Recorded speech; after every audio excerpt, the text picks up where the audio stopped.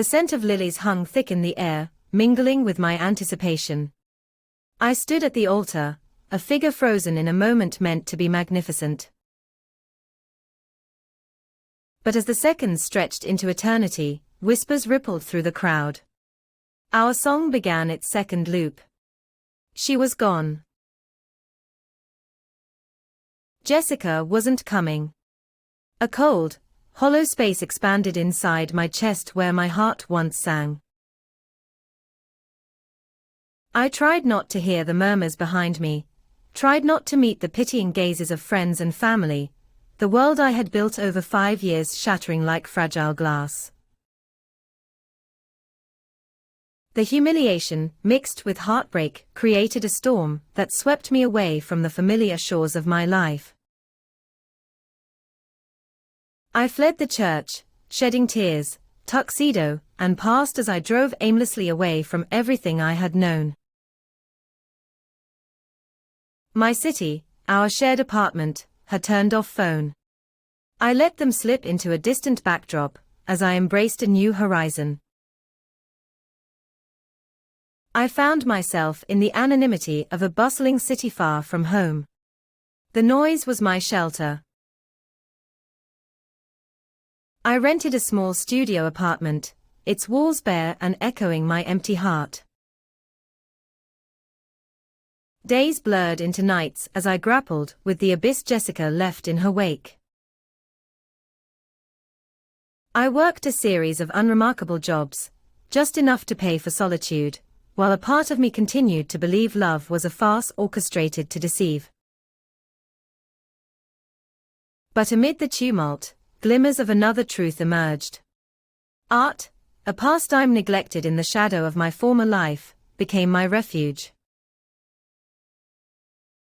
I began painting again, landscapes of the emotions I couldn't yet articulate. With every stroke, I released another thread of my trapped anguish, weaving a tapestry of survival and self-expression.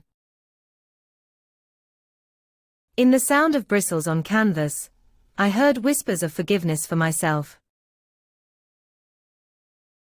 Months passed, and each step forward was fraught with the weight of my memories.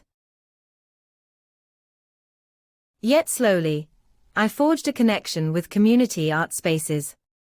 We celebrated each other's works at modest gatherings, where strangers became friends over shared dreams and colors. I found kinship in a collective seeking, hands stained with paint and hearts layered with stories. The fog of my despair lifted gradually, revealing a landscape reshaped by hope. The version of myself that looked back in the mirror was someone I scarcely recognized, but deeply admired. I had become stronger, more resilient.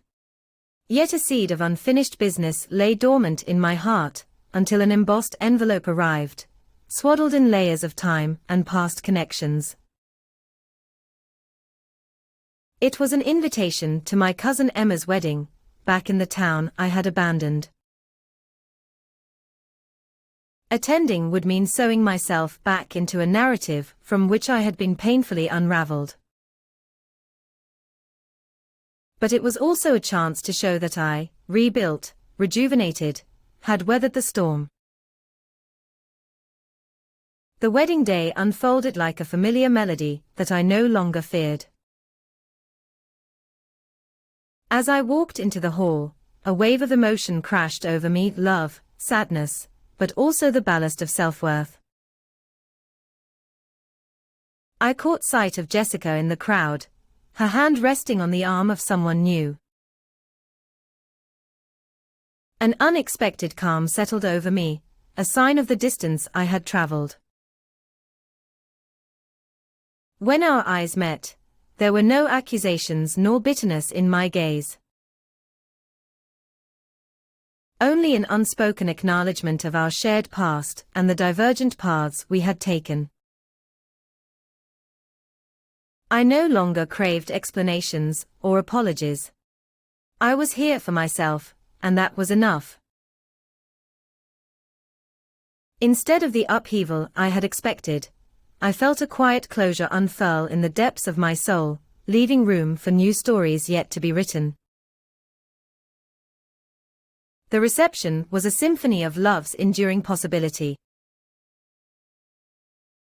As Emma twirled across the dance floor, her joy infectious, I understood that I had not been left behind.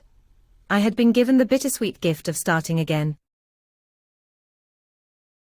In the twilight of that day, surrounded by laughter and the warmth of belonging, I finally released my hold on the heartbreak of that altar.